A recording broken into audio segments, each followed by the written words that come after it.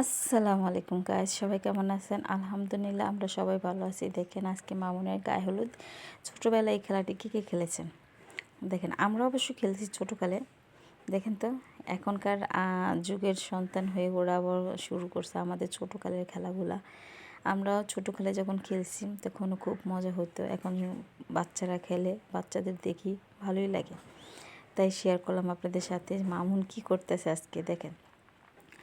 আজকে শুক্রবার দাদাবাড়ি চলে আসছে।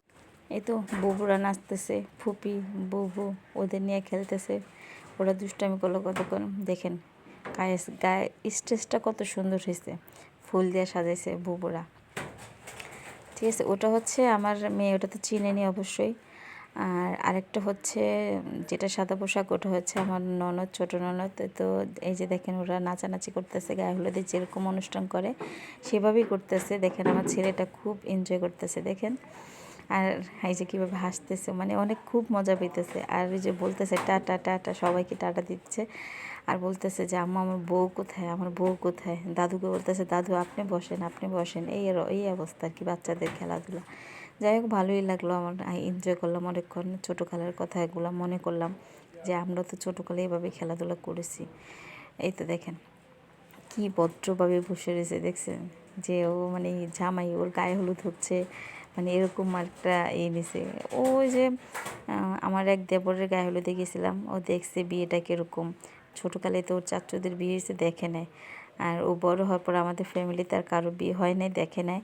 তো এক দাওয়াতে গেছিলাম, দেখছে কীভাবে গায়ে হলুদ হয়, কীভাবে বর বসে থাকে, ওগুলো দেখছে কীভাবে স্টেজ সাজায়।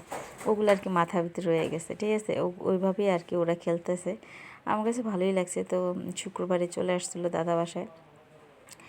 তো প্রত্যেক শুক্রবারই চলে আসে, মেয়ের মাদ্রাসা বন্ধ হলেই চলে আসে। তো আমরা আবার বৃহস্পতিবারে যখন সকালে আমি চলে আসছি আর বিকেলে চলে আসছে মেয়ে, এই অবস্থা আর কি।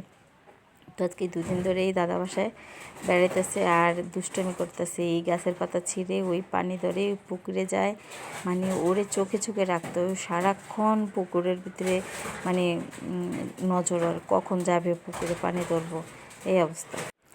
এই তো গাইস, সবাই ওর জন্য দোয়া করবেন যেহেতু আল্লাহ ওরে সুস্থ রাখে, ভালো রাখে।